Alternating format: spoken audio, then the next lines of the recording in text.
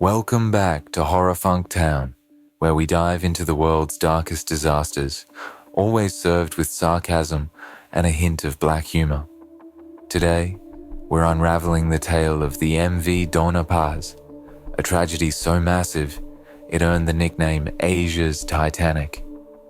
If you love twisted tales like this one, hit that subscribe button and don't forget to troll me in the comments below. Let's set sail. On December 20th, 1987, the MV Doña Paz, a Philippine-registered passenger ferry operated by Sulpicio Lines, was making its routine trip from Leyte Island to Manila.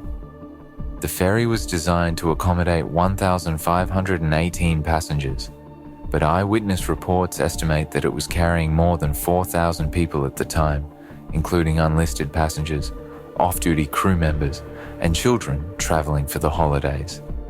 The ferry was so packed that some passengers had to sleep in the aisles.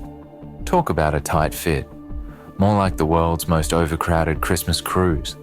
At around 10:30 p.m., as the ferry was crossing the Tablas Strait, it collided with the MT Vector, an oil tanker carrying 8,800 barrels of gasoline and other petroleum products.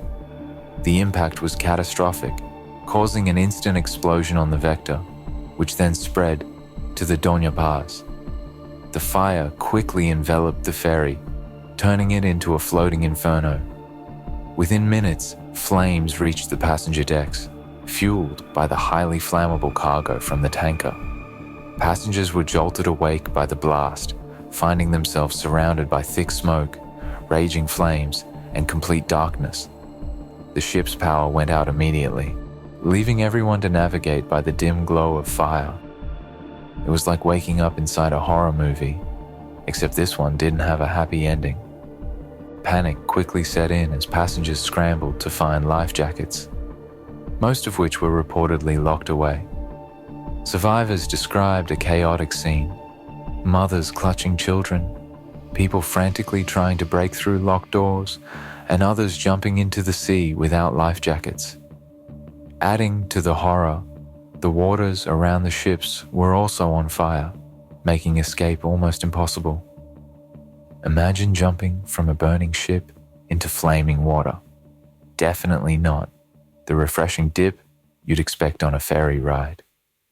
Despite the Doña Paz supposedly being equipped with safety measures, no lifeboats were deployed, and there was minimal effort from the crew to organize an evacuation.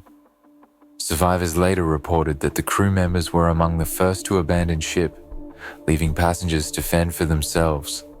It took a staggering 8 hours before Philippine maritime authorities were even aware of the disaster, thanks to poor communication and delayed reporting. When search and rescue operations finally began, it was already too late for most. The ferry sank in less than 2 hours, while the Vector remained afloat for another 4 hours before sinking. Of the estimated 4,386 people on board the Doña Paz, only 24 survived. These survivors were later found clinging to debris and makeshift flotation devices in the open sea. The fact that only 2 of the Vector's 13 crew members survived adds to the grim nature of this disaster. The survival rate was so low that it makes the Titanic look like a successful evacuation drill. The aftermath of the disaster was marked by grief, disbelief, and outrage. Investigations revealed shocking levels of negligence. The Doña Paz was found to be operating without a radio, leaving it unable to send a distress signal.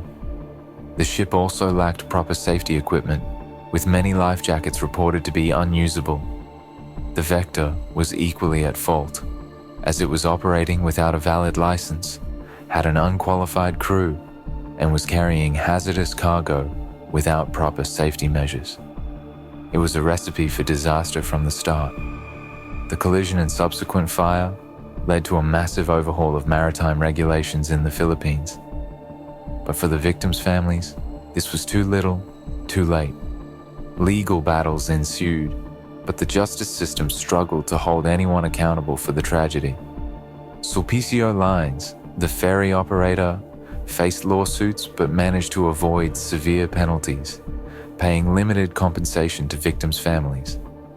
The disaster remains the deadliest peacetime maritime accident in history, with the highest recorded loss of life since World War II. The sinking of the Doña Paz is a stark reminder of what can go wrong when safety regulations are ignored and greed takes precedence over passenger welfare. So, if you ever find yourself on a ferry that seems too crowded, maybe take a hint and wait for the next one. After all, the only burning desire you should have on a ship is for a good tan, not a survival story. Thank you for watching Horror Funk Town. If you enjoyed this fiery tale of maritime madness, hit that subscribe button and let me know in the comments. Would you have been brave enough to jump into flaming water? Stay creepy, and I'll see you in the next one.